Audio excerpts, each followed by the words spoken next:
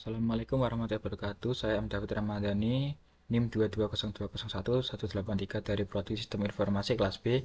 Di sini saya akan menjelaskan tentang metode klasifikasi. Nah, sebelumnya klasifikasi itu sendiri adalah salah satu teknik dalam machine learning yang bertujuan untuk memprediksi kategori atau label dari suatu data berdasarkan pola dari data sebelumnya yang telah memiliki label. Nah, contohnya seperti di dalam email ada spam dan juga tidak spam. Kemudian untuk pasien ada sakit atau sehat. Kemudian dalam produk ada laku ataupun tidak laku. Nah, output dari klasifikasi selalu berupa kategori bukan angka kontinu. Nah, di sini saya akan menggunakan metode klasifikasi KNN. Nah, KNN itu sendiri adalah salah satu metode klasifikasi berbasis pembelajaran instance based atau lazy learning. Artinya, KNN tidak membangun model atau rumus khusus saat proses training, tetapi langsung menggunakan seluruh data latihan ketika melakukan prediksi. Nah, seperti contohnya untuk mengukur jarak antara data baru dengan seluruh data yang ada pada dataset. Kemudian mengambil K tetangga terdekat, kemudian kelas terbanyak dari tetangga tersebut akan menjadi hasil klasifikasi. Untuk contoh sederhananya, seperti ada data nilai matematika dan IPA siswa. Kemudian jika nilai siswa baru dekat dengan kelompok siswa yang lulus diprediksi lulus. Nah, jika dekat dengan kelompok yang tidak lulus, maka diprediksi tidak lulus. Nah, kemudian untuk penerapan metode klasifikasi di dunia kerjanya, sini ada beberapa. Yang pertama, di dalam perbankan digunakan untuk memprediksi kredit macet atau tidak.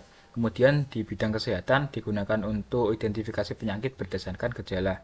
Kemudian di e-commerce digunakan untuk rekomendasi dan segmentasi pelanggan. Nah, kelebihan dari metode KNN itu sendiri ada beberapa di sini. Yang pertama yaitu simpel dan mudah dipahami, kemudian tidak perlu model atau pelatihan yang rumit, kemudian adaptif terhadap data baru, kemudian cocok untuk data yang jumlah nilai fiturnya tidak terlalu banyak. Nah, untuk kekurangannya sendiri itu adalah lambat jika data sangat banyak, yaitu harus menghitung jarak seluruh data. Kemudian sensitif terhadap nilai outlier. Kemudian perlu pemilihan nilai K yang tepat. Kemudian tidak cocok untuk data berdimensi sangat tinggi. Nah, untuk tahapan dari KNN itu sendiri, yang pertama yaitu mengumpulkan data training, yaitu data berlabel. Kemudian menentukan nilai K, jumlah tetangga terdekat, kemudian menghitung jarak antara data baru dengan seluruh data training. Biasanya menggunakan Euclidean distance. Kemudian memilih K data terdekat, kemudian voting kelas yang paling banyak dari K tetangga, sama dengan menghasilkan klasifikasi. Kemudian output label dari data baru. Nah, langsung saja ke codingan di Google Colab. Nah, yang pertama harus mengimport library yang dibutuhkan. Nah, di sini ada import pandas aspd, yaitu untuk membuat dan menampilkan dataset. Kemudian di sini sklearn model selection import train test split digunakan untuk membagi data training dan testing. Kemudian from sklearn neighbor import knex as classifier, yaitu algoritma KNN. Kemudian di sini sklearn matrix import accuracy score, yaitu untuk menghitung akurasi model. Nah, kemudian di sini kita membuat dataset sederhana.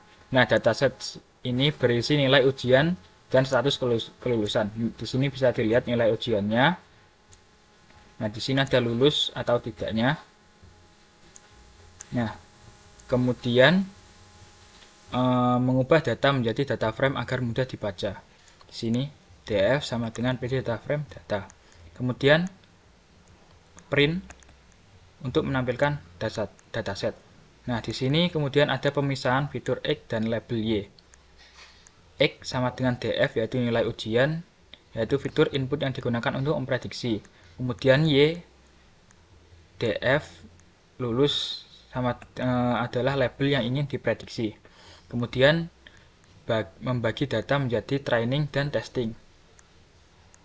Di sini codingannya. Kemudian membuat dan melatih model KNN. Di sini codingannya. Kemudian memprediksi data testing. Ini. Kemudian print untuk menampilkan hasil testing. Kemudian di sini juga ada print untuk menampilkan hasil prediksi. Nah, di sini juga ada evaluasi model, yaitu akurasi untuk menghitung akurasi prediksi.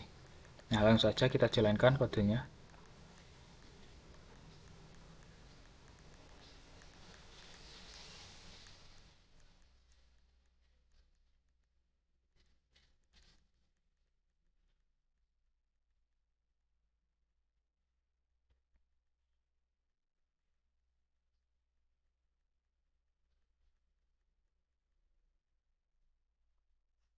Nah, di sini sudah muncul datanya.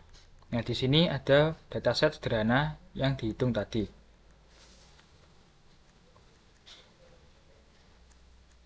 Kemudian di sini data uji testingnya. Kemudian di sini ada hasil prediksi kelulusan untuk nilai 70 lulus, nilai 95 lulus, dan nilai 40 tidak. Nah, kemudian di sini akurasi model KNN-nya 1.0, yaitu berdasarkan hasil pengujian model KNN terhadap dataset kelulusan siswa, model mampu memprediksi dengan akurasi sebesar 100%, yaitu 1.0 ini. Kemudian hal ini menunjukkan bahwa model dapat mengklasifikasi kelulusan berdasarkan nilai ujian secara tepat pada data uji yang diberikan. Semakin tinggi nilai ujian, semakin besar kemungkinan siswa diklasifikasikan dalam kategori lulus. Nah, sekian dari saya, penjelasan dari saya. Apabila ada salah kata maupun penjelasan yang kurang jelas, mohon maaf. Wassalamualaikum warahmatullahi wabarakatuh.